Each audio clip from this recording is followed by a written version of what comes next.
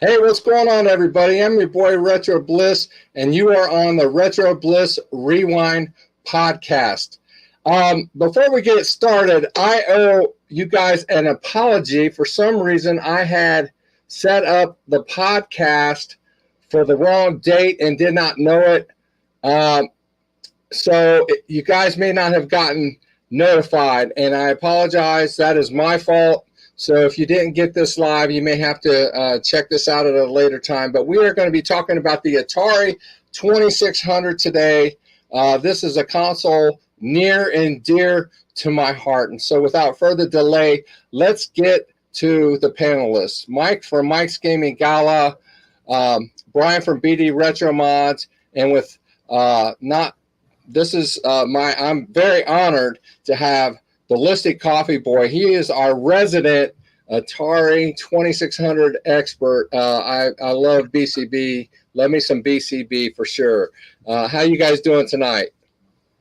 Doing good, thanks. All right. I want to start this off. I'm the oldest here, and I probably have the most nostalgia for. I shouldn't say the most nostalgia for it, but I got my 2600 the year it came out. I begged my parents for a 2600. Atari must have been doing some advertising on TV for me to even know about this thing. I believe it came out in June of '77, but they were. Wasn't it September of '77? I can't remember, but it was being marketed for the Christmas season. Regardless, I don't remember all the history. I was only 12, but my parents were, my dad was a blue collar guy, and my mom was a stay at home mom, but they had a Sears credit card, and the thing was $199, and so I remember. Seeing a box under the Christmas tree that was just the right size. And yes, exactly. That size. And I had two brothers, and I went downstairs when no one was looking, and I peeled back the wrapping paper, and I very carefully, just to see what it was. And when I saw what it was, man, I was just elated. And on Christmas Day, of course, I had to act surprised, but I knew what we were getting. And now we had the Telegames version. And just to let you guys know, are you going to touch on how much $199 was worth? Yes, I am. Yes. Okay. I won't do all that, but it was a lot of money. And, for a blue collar guy, it wasn't easy to do. But we had Air Sea Battle, but it was called Target Fun. And back in those days, the cartridges they didn't have the artwork so much. They were like black labels, and it was before they had invented art. Yeah, on the Sears games, the boxes had the artwork, but the cartridges did not. So I didn't get my games from Sears though, anyway, so it didn't really matter too much. But I did have my Air Sea Battle. But I always thought I got ripped off when I was a kid, because I thought everybody else got Combat, and I thought, man, I got ripped off. But now that I look back on it, I think I got the better end of the deal, because I think Air Sea Battle was probably the better game between the two. Although Combat's a good game, I think Combat's a really good two-player game. Air Sea Battle's a good two-player game as well. But it's you can play it. You can have fun with that by yourself, though. So anyway, that's where I'm at, and I'm very excited to be talking about the 2600 tonight. And so what we're going to do is we're going to get started by talking about a little bit of the history. And so I have asked Brian from BD Retro Mods. We're going to call him. What are we going to call him tonight, Mike? I forgot. Tonight he's B-Dog. B-Dog. Yeah, we're going to call him. We have two Brians tonight, so we're going to call him B-Dog tonight. So you're up, B-Dog. Okay, so yeah, just again, not going to get into a huge history lesson. Just going to hit some key points, with it that, kind of like we started to say, the Atari Video Computer System, which is what it was originally called, was originally released in September of 1977. That bundle, as long as it wasn't the Sears version, but it was bundled with 2 joysticks, paddle controllers, and combat at a retail price of $199, which to the point Phil was asking is that, we complain today how expensive consoles are. But, when you look at the conversion rates, $199 back in 1977 is the equivalent of almost $1,037 today, which is just, that's insane when you think, because I just remember, like, even during the 16-bit era, like the Neo Geo, like, oh my God, like how in the world can I afford that? But like this was for chunky blocks and a beep boop. Yeah, for chunky blocks and beep boops, yes. So, but yeah, $1,037 today, which is just crazy. And there was 9 games available at launch, which were, and again, if you had the Sears versions, they were some of them were different named, but the launch titles was Air Sea Battle, Basic Math, Blackjack, Combat, Indy 500, Starship, Street Racer, Surround, and Video Olympics. And like I said, the Sears, it was the same, but like I said, a couple of games were renamed. And in the very first year, the only year that they did it, they were actually gatefold boxes like you would know in television games to be. And that I only interrupt to say that now because Chris Walker mentioned it. With the gatefold 9. And also some of those early games too, I believe were numbered. So I mean, where again they were. Yep. On the end label. Put it up. Phil wasn't paying attention and he put it up. Yes. Yes. Oh, Phil. But, I'm trying to multitask. You guys know I can't. Yeah, but you saw Mr. Poe style and you just trusted it. Oh, I love you, Phil. What did he, I forgot what he said. I didn't see what he said. Oh, I see. Oh, you idiot. You're banned. He's banned. No more comments for you tonight, on your boy. channel. But yeah, and that's the thing, because I mean, I don't know this for sure, because I think games initially too were like $50, weren't they, or were they 40? I can't remember. But the initial cost for games, they were high. I don't remember what they were because, like I said, I was only 12. I couldn't afford a game. But I know that my parents, once I got the console, they were done. I didn't get a game from them ever. Yeah. Every game that I had to save my allowance, mow yards, save my lunch money, whatever the case may be. You had to play on the black and white TV, so why are you complaining? And I had to play on the black and white TV. That's another story. I remember we had to wait in line. We waited in line for Pac-Man the day it came out. I was 6 or 7 on International Pac-Man Day, and it was at Skaggs Alpha Beta in Bedford, Texas, where I was born. It was like $49. That's like how much is that now? Oh, Phil knows exactly how much Pac-Man is now. Yeah, right. I mean, and that's the thing, because well, no, like I think it's $157.43, but I'm rounding it. I think I'm kind of close. Where's Todd Fry at? Yeah, no, $50 in 1977 though would have been $263 today. So just keep that in mind. I mean, very expensive.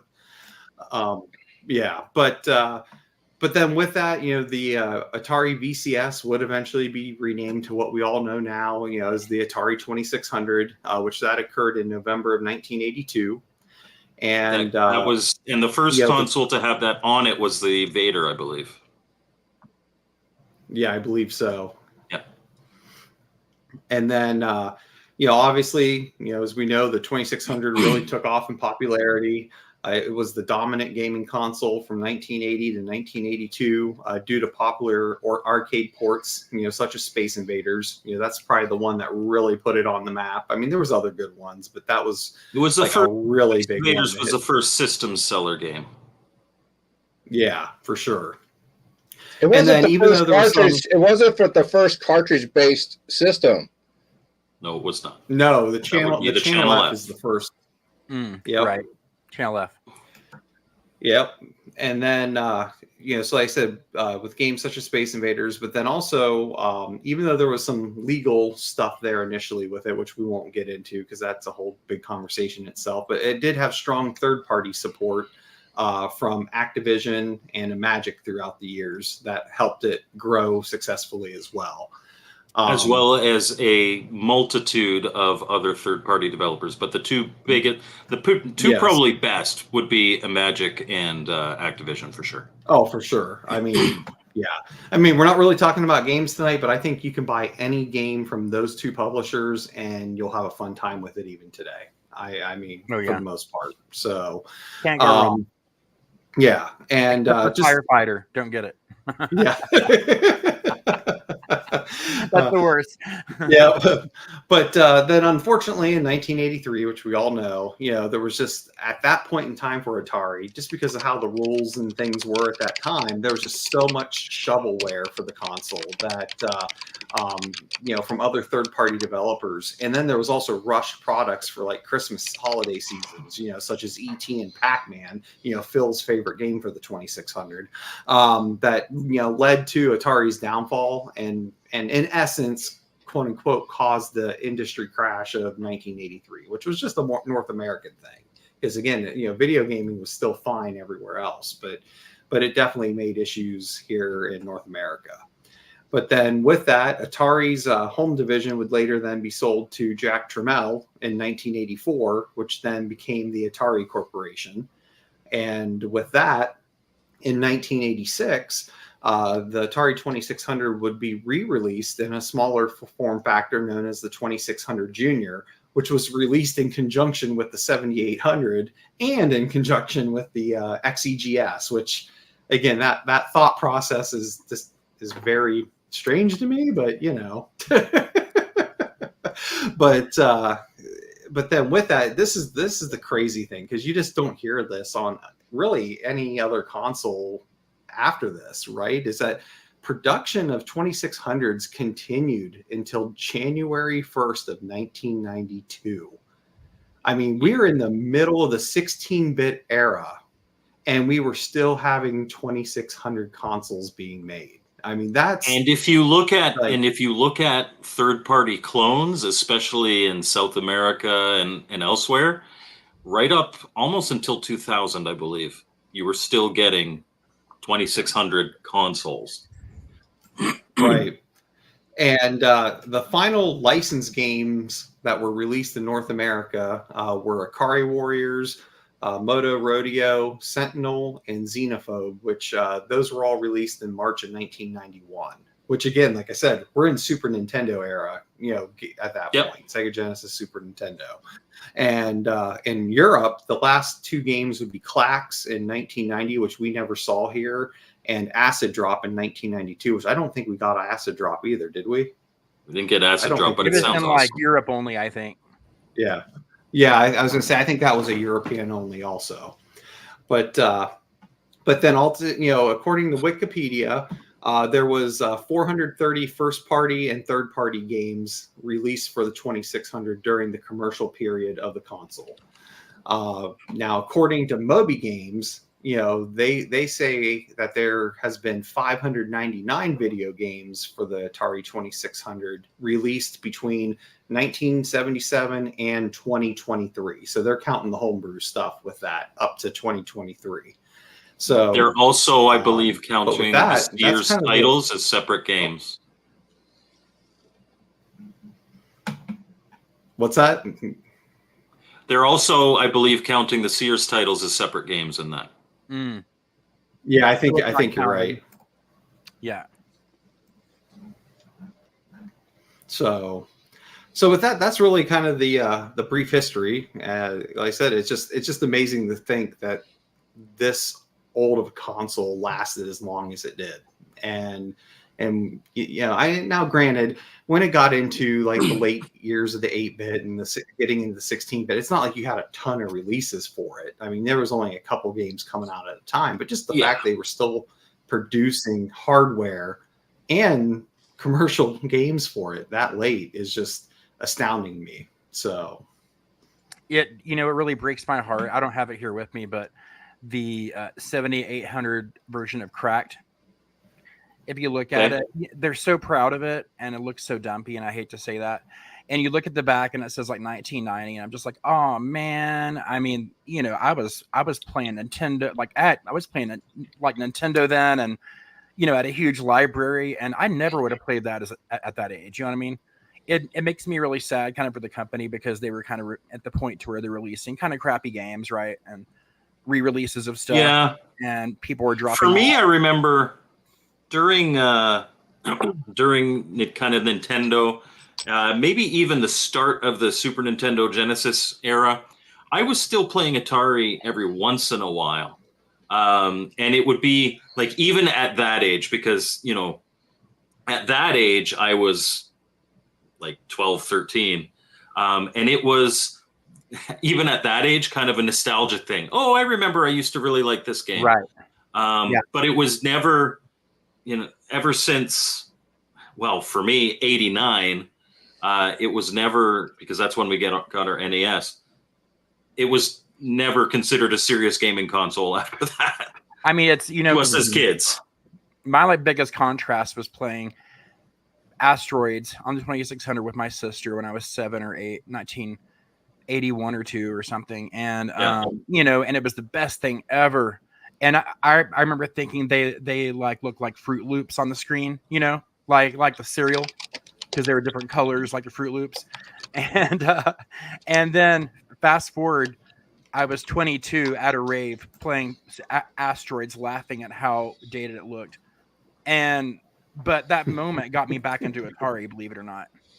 And I started looking for games in thrift stores in my mid 20s, like in year 2000, and finding carts and playing them, and with my sister, who I used to play with as a kid, actually, but we were in our 20s, and so I got back into it, and I really came to really love it again after and that's one of the things I made the joke about, you know, chunky blocks and beat boops, but at its core, there is a very large library on the 2600 of just fun games. If you can get past the fact that they look very primitive, there are some really fun, lighthearted, sit down, you play for 20 minutes, and you just get that hit. It is the modern day equivalent of mobile games, really. Let me explain something. When I started my channel, I had no clear focus. And I realized when I started playing 2600 games, because I didn't want to just stay on, you know, just one console. But when I started playing 2600 games, I realized that even though the graphics were inferior compared to what we have nowadays, that gameplay-wise, that a lot of these games have that core gameplay still there. In a lot of the games, not all of them, but in a lot of them, it's there, and that's why. And those gameplay mechanics, you know, modern gameplay mechanics are really just evolutions of those in a lot cases. Exactly. And I think that's why, and you know, Mike, you know, on your channel, you do many reviews to this day for a 2600. Officially released games and other games, and BCB, you do 2600 reviews and things like that. I mean, people are eating it up. People like that. And here it is, 2024. For me is that I get to discover games I never played, because I'm like essentially going through every game they've ever made on an SD card to like pick the games that I show. And sometimes I'll just pick a game from France and I'm like, okay, let's do that one. And I played about 10 games I've never played, and I'm on episode 75 or something like that. So that's pretty cool that I can still find games I haven't played. You know what I mean? There's many variations, you know. And homebrew. Yeah, that's the same thing for me. When I started doing these mini reviews, I do 2 a week. I've done about 150 so far. But it forces, and I'm only doing ones from my collection, at least for now. And it forces me to play everything in my collection. And there's absolutely been some games that I'd never played before. And I'm like, this is actually really good. I like this one a lot. Phil, when you type, it is so loud. Yeah. Sorry. I have a gaming keyboard, and it's clicky on purpose. I have a very You need a secondary keyboard for podcasts. I'm sorry. But yeah, I mean, like, to everyone's point, I mean, you know, obviously there's nostalgia, but at the same time, I come to the point, like, if these games didn't still have some form of value and fun gameplay to them, we wouldn't be here talking about them. I mean, at the end of the day, you know, there's other consoles that exist that you don't hear people talk about much, because they don't have that same thing as you did with Atari, you know, where, you know, again, my first console growing up, for those who've seen me on different shows and stuff, was an Intellivision 2. That was my first console. You know, my Atari playing was at my aunt's. Like, my aunt had one. Eventually, she gave me that Atari because, kind of like Mike, I didn't get my Nintendo, I think, until like 88. Like, it's when they had that action set with Mario and Duck Hunt. Yeah. So, like, I finally got that. And then, of course, you know, I got my NES. You know, growing up at that point, it's like, yeah, I can't, I'm not going back. But, you know, looking at it now, though, as I said, it's just, it takes you back to a simpler time where, again, it's something you can just pick up, play, enjoy, and you don't have to put hundreds of hours into it. It's just, a lot of games during that time period was, what's the highest score I can get? Okay, cool. Do I want to keep trying again to beat that score, or do I want to move on to something else? But and that's the appeal for me now, is that, you know, people don't have a lot of time, and that's why, you know, I think Mike does too. I have like 5-minute reviews or whatever for these games, because, you know, they are simple games to get into, and actually, for this day and age, I find people, you know, especially our age, and then also younger kids, don't want to sit down and invest 3 weeks in a game. They just want to play a game for a few minutes. And any Atari game, with the exception of 1 or 2 that we all hate or whatever, you can play that for 5-10 minutes, and it's fun, and you can get out of it. You don't have to spend your whole life absorbing into the scene of, or you know what I mean? And it's like, I mean, the great thing about the 2600 now is, you know, almost every game is kind of the same way. You can get in real quick and get out. You don't have to invest a lot of time in it. People don't have the time. I don't have the time to play one game for a year. I don't have that time. So this is perfect for a lot of people. And that's something where, again, I do modern gaming still, but I also think that's something that modern gaming has forgotten.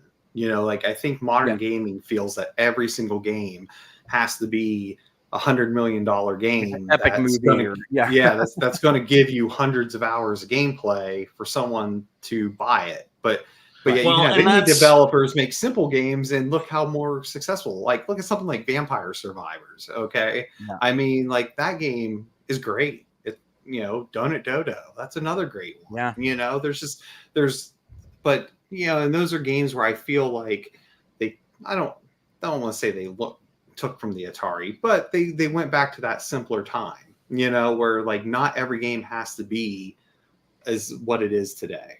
So and that's the other thing today. You know, the value of a game is kind of judged in how much gameplay will you get out of it, but because it has a story and an ending and all that, you know, that's kind of a finite. There are a lot of games that I just won't ever play again because the whole point of the game was a story, which there's nothing wrong with that. But I can go back to, for instance, Space Invaders over and over and over and over and over again. I've put more time into Space Invaders than I've put into most modern games, but it's all been in like 30-minute stints. And the other thing too is just some of the game, like, I don't know, you don't really get that full experience on like a modern console. And, like, for example, and I know we're going to talk about controllers and stuff, but paddle games, you know, you don't. Like, I love playing paddle games, and that's where I feel the 2600 is like strong, because you just didn't really see that on other consoles, and I love it. I love being able to play those. I love having my son play those with me. I mean, like, greatest controller ever made. Yeah, greatest controller ever made. Where Kaboom, I've spent hours on Warlords. Especially Warlords is the best paddle game ever made. The best game ever made for the best controller. Here's the one I'm using right now. Is this? Medieval Mayhem's pretty close, though. I like the command. I like those ones. I have one that's almost identical, but has a ball top as well. Yeah, we should probably get into kind of the evolution of hardware. I think. Mm-hmm. Yeah. Unless you guys have anything else to say about what we were talking about there. I can talk about it all night, but I know there's a lot to get to. So. Okay. I do have to say one thing. We were talking about Space Invaders, and I don't remember Brian saying this. Did you say anything about Space Invaders being the killer app? Yeah. Yeah. Okay. All right. I was trying to deal with the chat. Yeah, thanks for tuning in, Phil. But I was not doing that. No, you're right, Volk. There is no ending. I mean, it's just literally play it, get the highest score. It just keeps, quote unquote, exactly harder and harder. You just keep playing and playing. So, in 1977 through 1978, the first model of Atari 2600 was the Heavy Sixer. Now, a lot of people after that, they moved to the Light Sixer.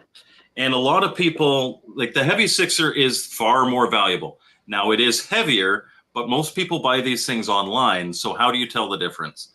There is one really easy tell, and that's if we look at the side here, the Heavy Sixer has a big, thick, chunky plastic edge, and the Light Sixer has this little thin edge. Also, if you look at the bottoms, the Light Sixer, it has an angled bottom, and the Heavy Sixer has a rounded bottom. But you can pick, if you see that big, chunky, thick edge in any picture, that's a Heavy Sixer. The Heavy Sixer, if you are just looking to play, the Heavy Sixer is going to cost you 2, maybe even 3 times as much as a Light Sixer, and it doesn't do anything different. It is purely for collector value. Now, of course, and this is what Phil had. Mm-hmm. Sears had, now these were manufactured by Atari, but instead of having the I forget what the wood grain on the 2600 was supposed to be, but this was like the walnut burl. Mm-hmm. And it was called Video Arcade here, and it says Telegames at the top, with a light metallic kind of paint here. Identical again to the Atari version, just different branded, and this was sold in Sears stores. There is a Light Sixer version of this one as well. That was our first one actually too. Was the Sears Telegames, and then Santa brought us an Atari the next year. Me and my sister tore up the Telegames. So. Oh, nice going, Brian. Light Sixer. This isn't my original, but Light Sixer was what I first had. After that, they moved to what we would call the 4-switch Woody. Now, yeah, Mr. Poe's going to have a field day with Woody, but it's called 4-switch because now instead of 6 switches up here, there's 4 switches. This and all Ataris are still 6-switch systems. It's just they've taken the difficulty switches and they've moved them to the back here. Right here and right here. Otherwise, you've got kind of the Light Sixer. Dr. Volk, yes. I did not submit. So one of the things that I do, if you've watched some of our previous podcasts, I buy things that aren't working and I fix them, and you get them a lot cheaper that way. Yes. So I actually have about 5 or 6 Heavy Sixers, none of which work, but I paid the price for them that I would normally pay for one working Heavy Sixer. So if I can make one of them work, I'm already ahead. Yeah, so the Light Sixer, the Woody 4-switch has again the light sixer angles and side. Then, and this is the first one that they called the 2600, if I'm not mistaken. Yes, right here. They decided, no, this is the 80s now. We got to get rid of that wood grain. This is what's referred to as the Vader console. Awesome. I think this is the best looking of them, honestly. It's not the most iconic. The wood grain is the most iconic, but I love how sleek this one looks. I remember that one mostly from my childhood is we had the Vader. So yeah. And it's just awesome. And this is the one that came with Phil's favorite game is a Pac-Man, Pac-In. I just threw up in my mouth. That's a $300 game in there. Yeah. And actually, I should probably mention, you cannot tell if a system is a heavy sixer or a light sixer based on the box. Because as you can see, the image here is a heavy sixer, and they never changed that on the original box. Right. So it could have a light sixer in here. You cannot tell by the box. And Atari still does stuff like that. They still do that. Yes. They haven't changed. And then, of course, this is the late 80s version. I do have the second version of the Sears one that I'll show after this, even though it came out before this. But this is what's generally referred to as the Atari 2600 Junior. It's more in the style of the 5200 and the 7800 particularly, with the metal plate and the color bar. I was not, I was feeling lazy. I didn't grab my other version of this. There are two versions, North American versions. One has the big color stripe. One has a little color stripe. They both work the same. I have both because I'm a stupid collector. But again, it's got the 4 switches up here and the 2 difficulty switches in the back, which you can't hear, which you can't see. Thank you for the clicking, Phil. I'm trying to answer a question. Sorry. I'm just going to tease you every time you type it. I was trying to do it softly, too. The last kind of official Atari, although I'm unsure as to where this falls in that, was the Sears Video Arcade 2. And so here you've got, your your expert and novice, your difficulty switches here. You've got choose joystick or paddle, game select, reset. It's kind of a weird layout. It also came with weird controllers. We're going to talk about controllers in a little bit. But fun fact, this exact model was used for what was called, and I do not have one, I want to get one, the Atari 2800, which was the Japanese Atari 2600, officially released by Atari, and it looked like this. Hey, Mike, I was going to add, I just saw this came out in 83, and it was packaged with 2 controllers and Space Invaders, actually. I just read that. Space Invaders, man, it always made me wonder why they didn't pack in Space Invaders with the system. That would have, systems would have flown off the shelves. I mean, they were flying off anyway because of Space Invaders, but man, that's one of my favorite games. So that's probably why, and that's also probably why they didn't do it, because they knew, like, hey, we can get them to buy. And actually, that's a good point, because I've never really noticed, but on the screen there is Space Invaders. Yeah, there it is. Yeah. Yep. Right next to Pac-Man and. Yeah, like the two just awesome games right there. It's one of my favorites because I played it for 2 years. and that's the hardware. Now, we didn't cover and we're not going to cover hardware from other companies. This is the Atari hardware. My office is only so big. I'm not going to bring out the Gemini and the game module and the system changer for Intellivision and stuff like that. But that's the Atari hardware. I don't know if you guys know any more official Atari hardware that wasn't shown or talked about. There were I peripherals guess- like the yes. tablet, Certain stuff like that. peripherals, yeah. We're going to talk about controllers here in a minute. Okay. I mean, I think console-wise, I think that was. I mean, I think those were the main ones. I'm trying to think. I don't think you really missed anything on the console front. I don't think so.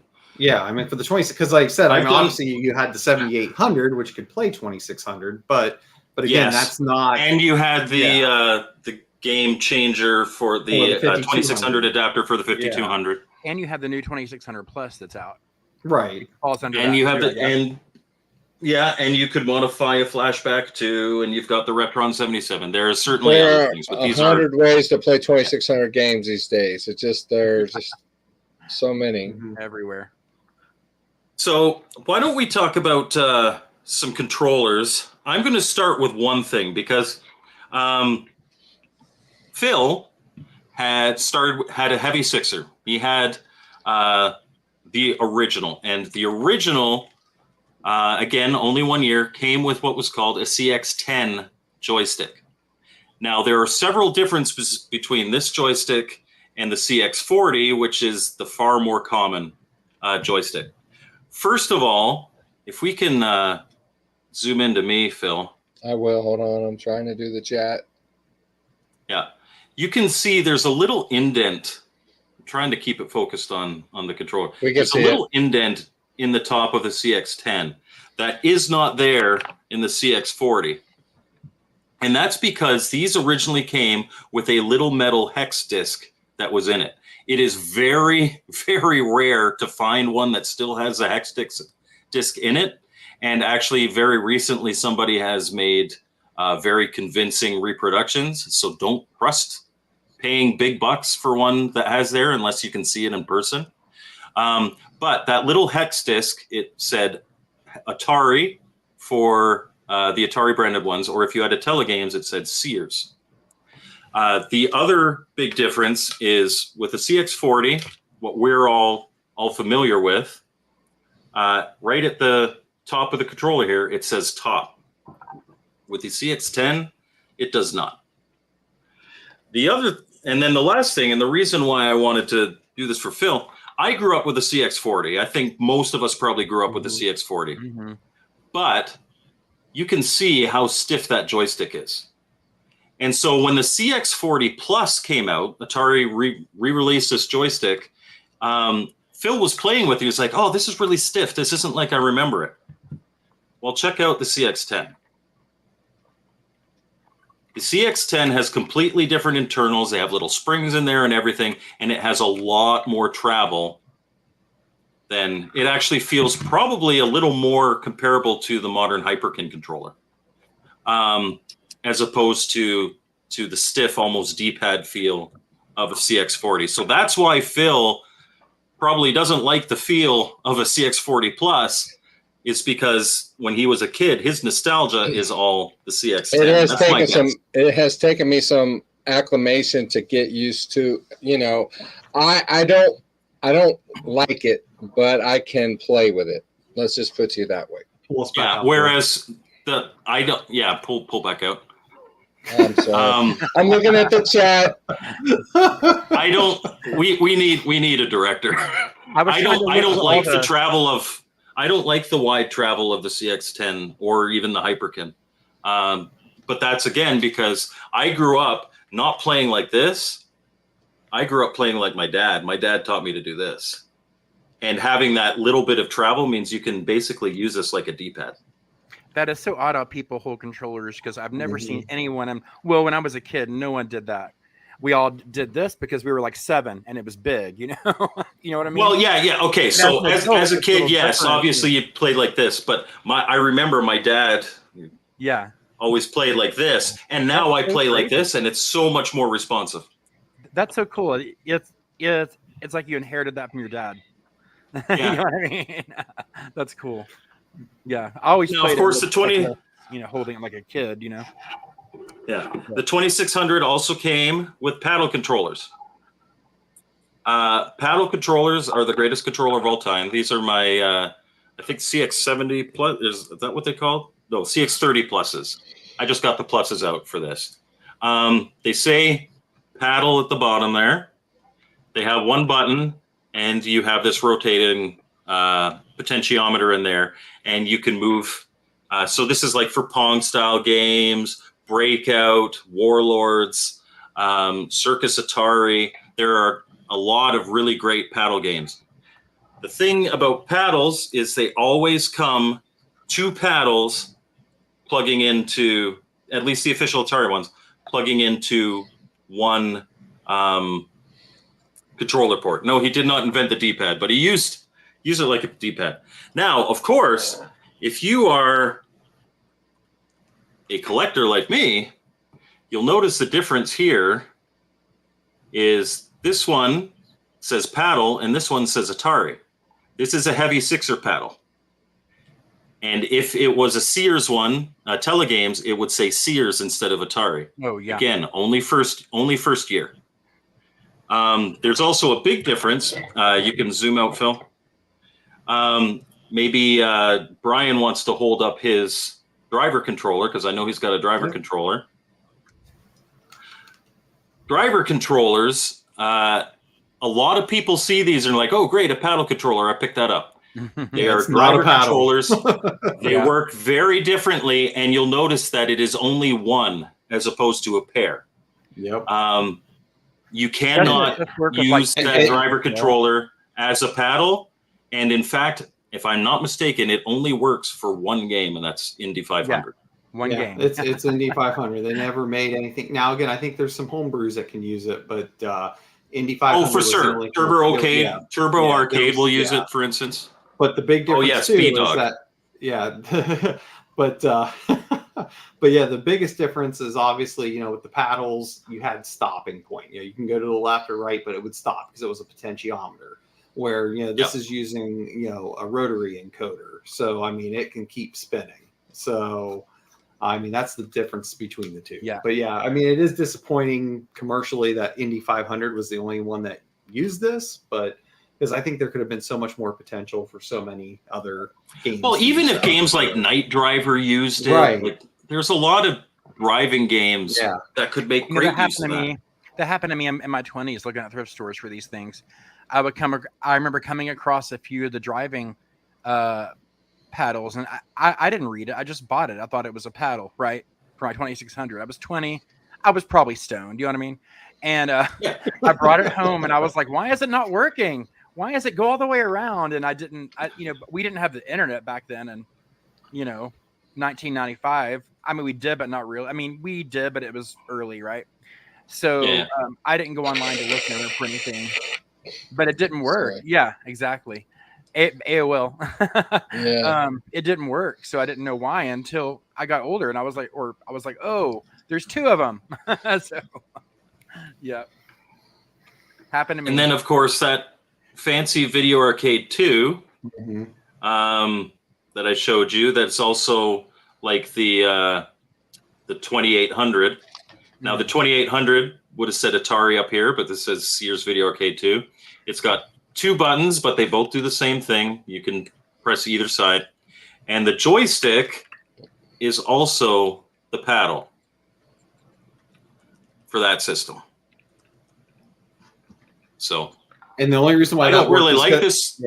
Yeah.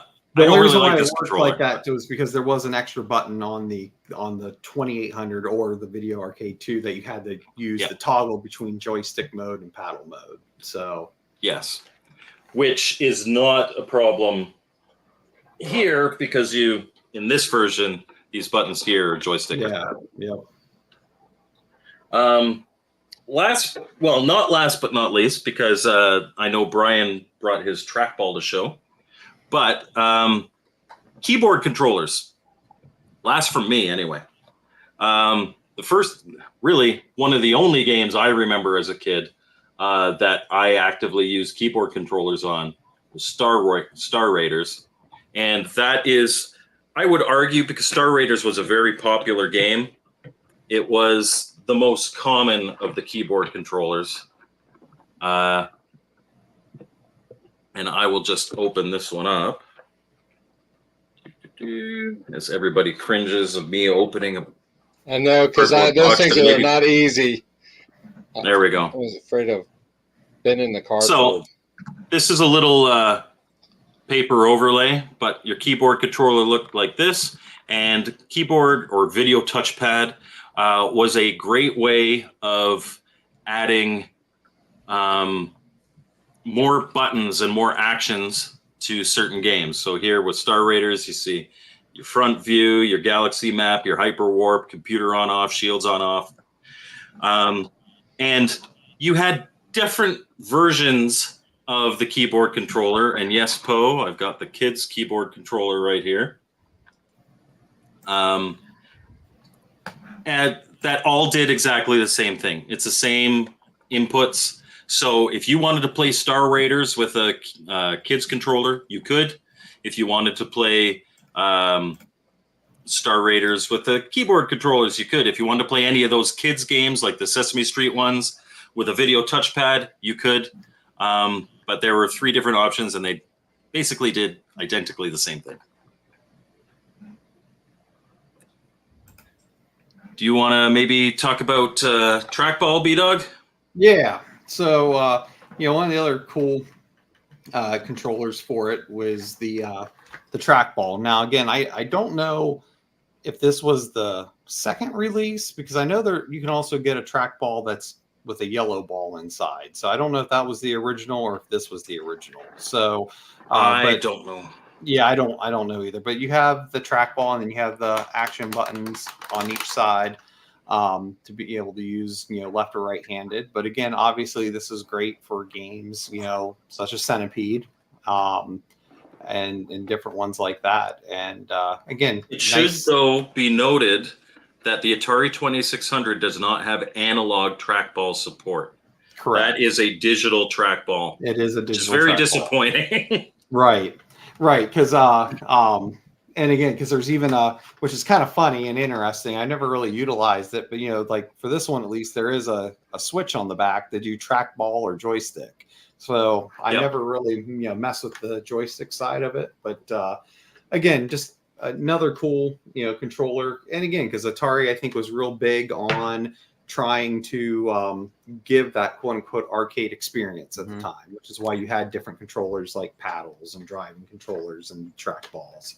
So I had to grab something really quickly because you're talking about input devices. I was at a thrift store out here about 10 years ago, and I was walking around and I saw the stack of records, and I saw this, and I just seen a video on this on YouTube, and I was like, I have to get it. And and it's the Joy board. So this is essentially, I have one of those. Yeah. This is essentially the first Wii balance board. They kind of got this from Epix, right? Epix, I think, made this. Yeah. And it was made for 3 games. Mogul Maniac was one that came out with it, I think, the skiing game. There were 2 others that are really rare, and maybe one didn't come out.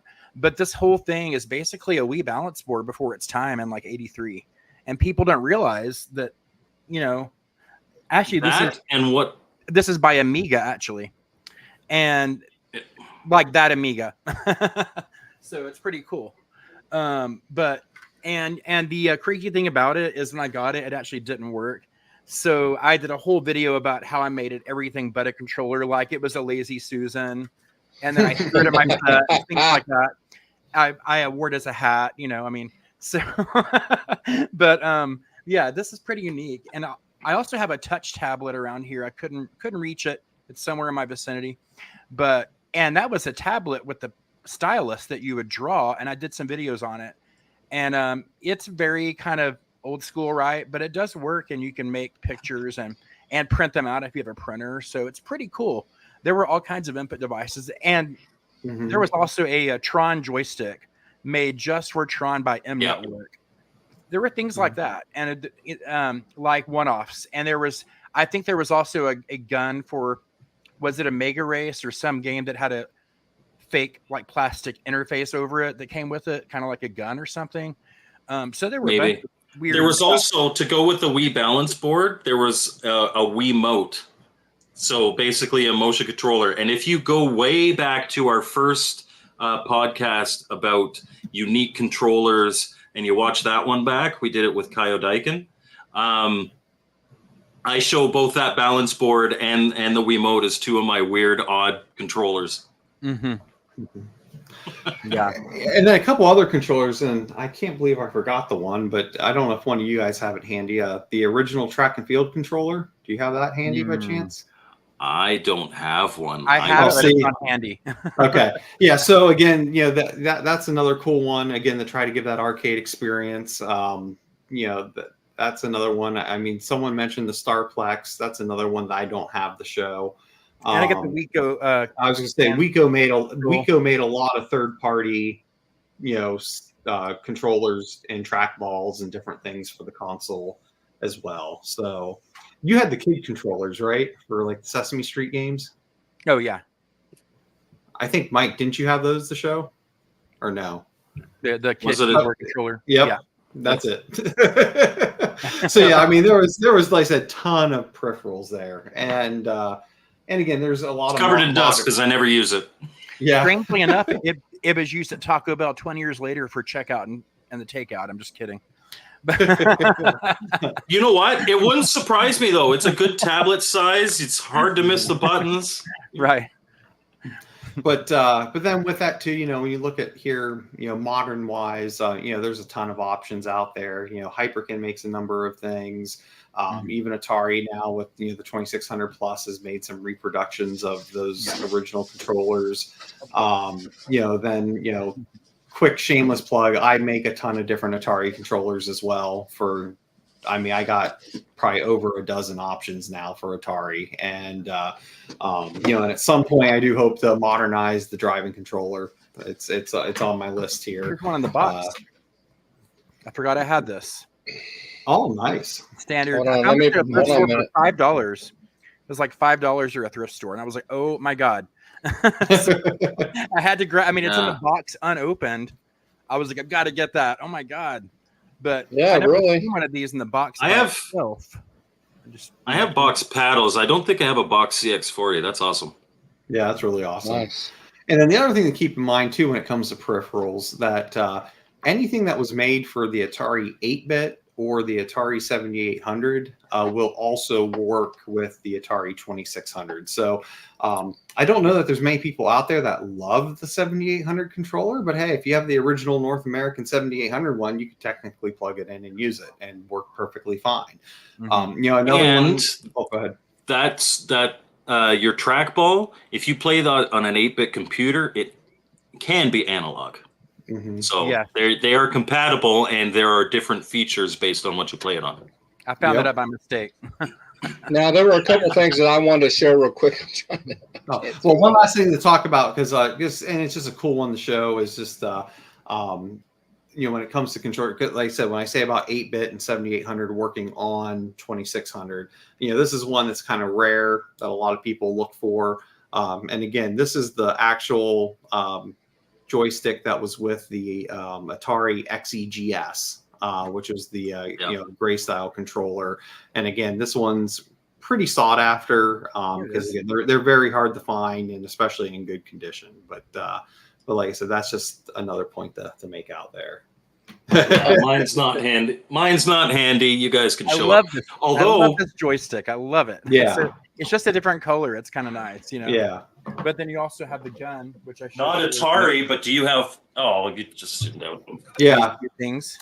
Yep, because the gun there would work. Yeah, on the light gun's nice. Yeah, because it'll work on crossbow. I don't know if not Atari, but you got any of these puppies? I haven't. I don't have that. No.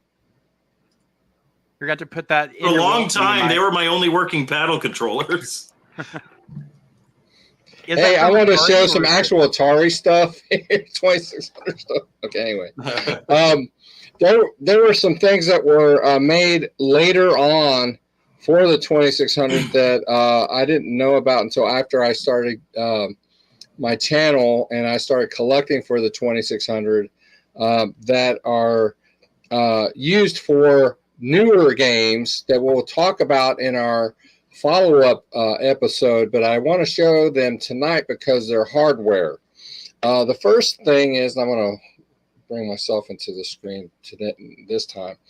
the first thing is called an ATARI Vox. Okay, this plugs into your right joystick port. Okay, and then on the back, you plug in a set of computer speakers. All right, and well, you don't necessarily have to do that. It's basically, it saves high scores for certain games. For there are homebrews that have save high score saves in them, and it will save them onto this. But if you plug in speakers here, there are also homebrews that have voice programmed within the game, but they will not come through your television set. They have to come through the separate speakers. And so you have to plug those speakers inside of this, and then those sounds, those voices come through this separate channel that come through the right portion of the joystick port, which is kind of odd, but that's kind of how they do that. And then there was another thing that I wanted to show you. It's called a ATARI. And I got this when I got Robot War 2684. And I bought Brian's dual fight stick for the 2600.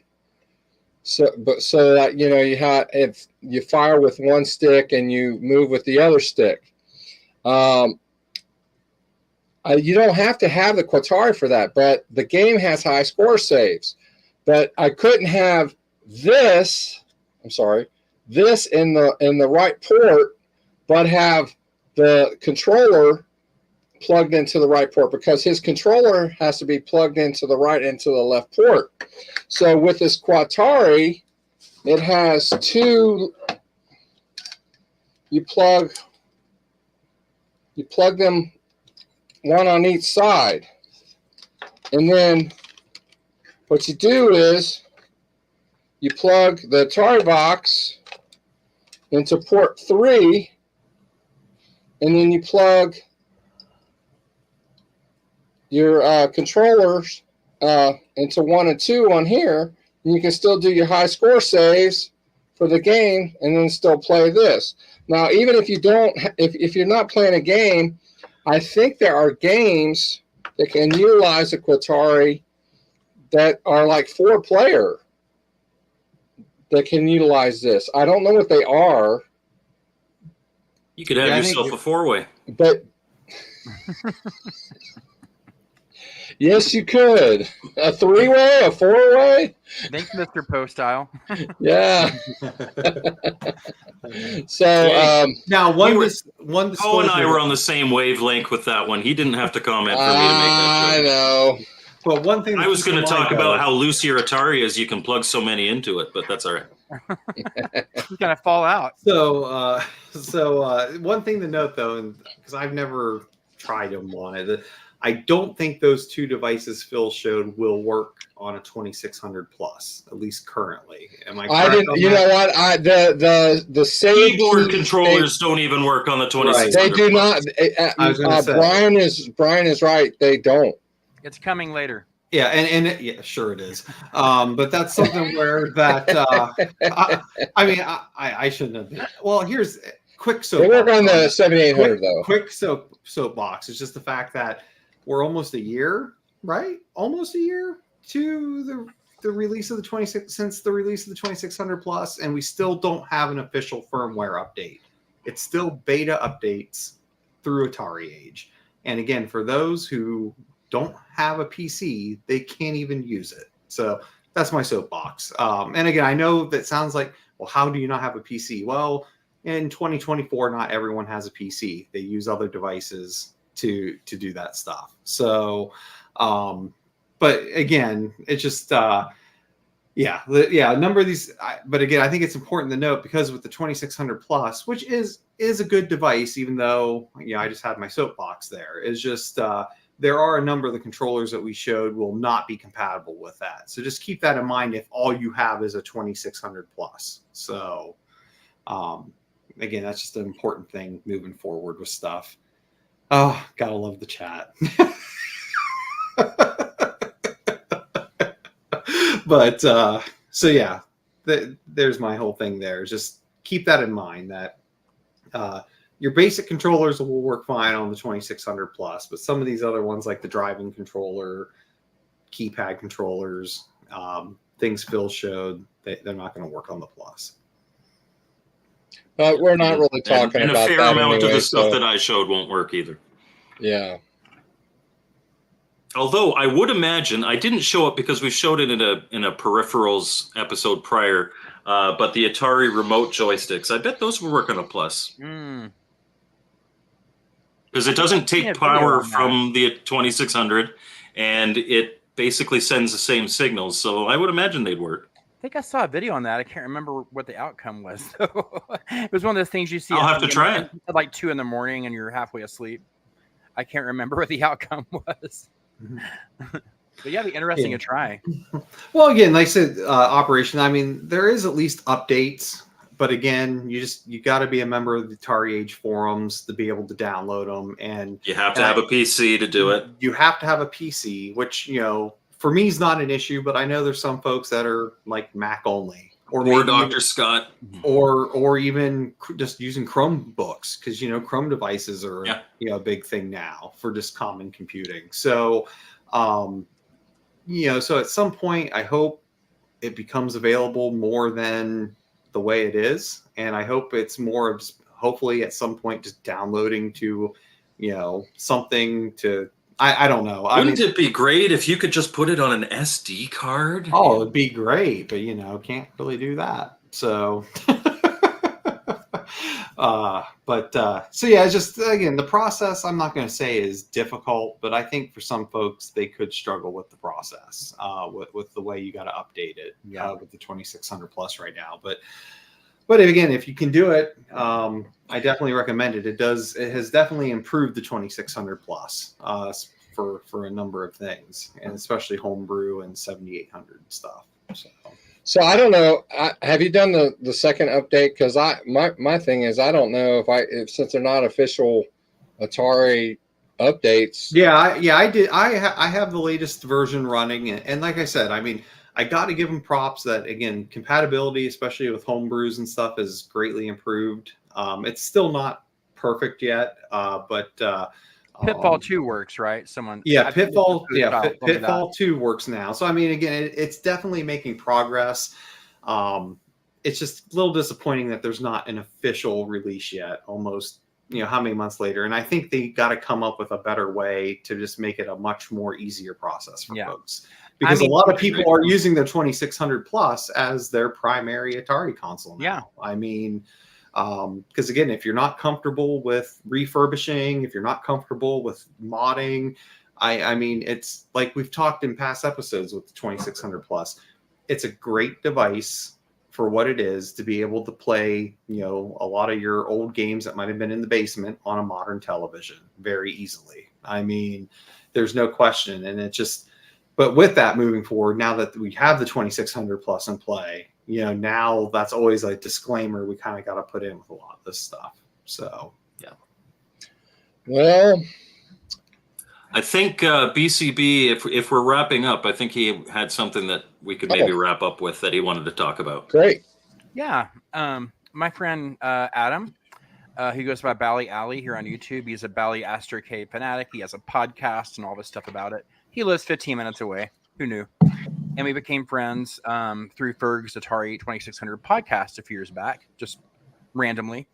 And he gets me books once in a while. Adam has a huge book collection in his garage. It's all Atari and Bally Astrocade stuff, as well as a bunch of other computer stuff. Well, he let me borrow this recently, and it's Atari Archive Volume 1, 1977 by Kevin Bunch. And this book is just phenomenal. I know I'm not going to do it justice here, but it is just chock full of pictures from the Opens up to a non-Atari page. Oh right, sorry. Yeah, There Mike you is go. relentless. That's my luck, BCB. Don't worry about it. Combat, and but it, it's got the like original games in here that came out, and they That talk looks about really competing consoles, and they talk about other games, and it's so full of these I beautiful. love pictures. that. I would love to have that. It's a great book, and he's let me borrow it for like 2 or 3 years or whatever. And so this is cool. It talked about Atari Feels the Heat, so competing consoles, things like that. And it's just an awesome book. And it's got so many awesome pictures in it. Talks about the history, the first 2 years of Atari. I definitely recommend it. And Kevin Bunch also writes articles now. I've seen them on Twitter about Atari currently. So Who wrote that? Kevin Bunch. Kevin Bunch. Okay. Yeah. And it's awesome. And on the back it shows all the original games: Tank Plus, Target Fun, Pong Sports, Race, all the way down, just to show you guys the games there. Just to brace you, Phil. $100 on Amazon. Only one left. It says. Jeez. Oh wow. That's only one night on the couch, right, Phil? Well, I think you can download a digital version on Atari Archive. Yeah, there's some other links there. Operation Shutdown said I'd like to borrow that for 2 to 3 years. Sure. Yeah. Yes. But it's cool. The back of it says Atari's video computer system is one of the most significant game consoles in the history of the medium, but much of the history behind its creation, its place on the market, and its games has been relegated to dusty memories, legal papers, and trade industry coverage. Historian Kevin Bunch has worked to reconstruct and contextualize the early history of Atari's wood grain winner, covering its development, the history behind each game published in its first 2 years, and the tales of its contemporary competitors too. The story of 1970s Atari is only a page turn away, and this is by Press Run Books. So it's pretty cool. I highly recommend it. Guess so. Looks awesome. All right, let me get you out of here. I'm busy. I'm not sure it Find a looks copy. awesome enough for me to want to drop $100. Oh, on it. no, It looks no. awesome. That's a lot. I mean, hopefully they'll have another run of it out. So That'd be great. Because It's I'd probably pay $50 for that.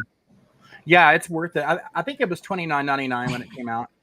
But That's he a got his. Yeah. no-brainer. And then he actually, I think he knows the author.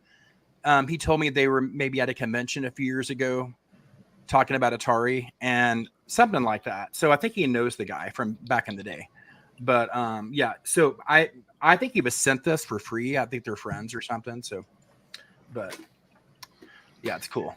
And there's a lot of other things out there too. So, But yeah, Scott, to answer your thing real quick, yeah, I mean, I picked up a Vader here probably about a year ago, and again, I needed another Atari, like a hole in my head, but again, I really like how the Vader looks, and when I found one in pristine condition, I had to pull the trigger on it. And Did you AV mod it though? I accidentally bought He's it. answer the question. Be dog. It's in process. No!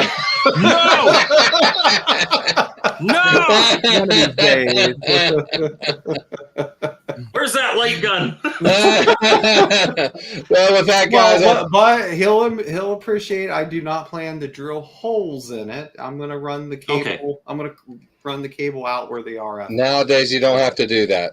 Yeah, That's right. You don't have to You do didn't it. have to even before, Phil. Well, I've never done it. But when I shows. bought he's my, had me do it for him. yeah. Well, Yeah, that's so what you're worse. You're like the guy saying, "Go kill that." well, why not? Hey, On that note, I think we're at a good point. Just go to the market and buy the steak, right? There it is. No, that's handing the bolt gun to Brian and pointing to the specific cow. Say that one. And That one doesn't need to live. and It's just heartless, Phil. and I'm hungry, bro. Kyle has feelings. I'm hungry. All right. And to Scott's point, like I will say one thing I've noticed in my modding the consoles for folks that I will say when it comes to Atari Junior, at least when it comes to those basic AV mods, Those seem to be the best in the sense of picture quality. Like I'm really impressed on this, like those basic couple dollar AV mods for those, where when you get into a lot of the like the Woodies, you got to get a much better AV mod to truly get the picture out. So, but yeah, I do whatever they did with the Junior, though, it does seem to put out a better AV picture than some of the others. So, All right. Well, guys, I've really enjoyed tonight. Very good. We look forward to a part 2. Yeah, we're gonna have a part 2, except we're going to concentrate on the games, but we're going to talk about the officially released games. But I do want to touch on the homebrew scene too. Oh, if we're splitting it up, we got time to talk about both. Yeah. Sure. I think we do. So, Brian, BCB, you going to be able to join us for that one, you think? Oh, yeah, part 2. I should. The only consideration is my second job wants me to work every Tuesday night starting next week. That's just happened today.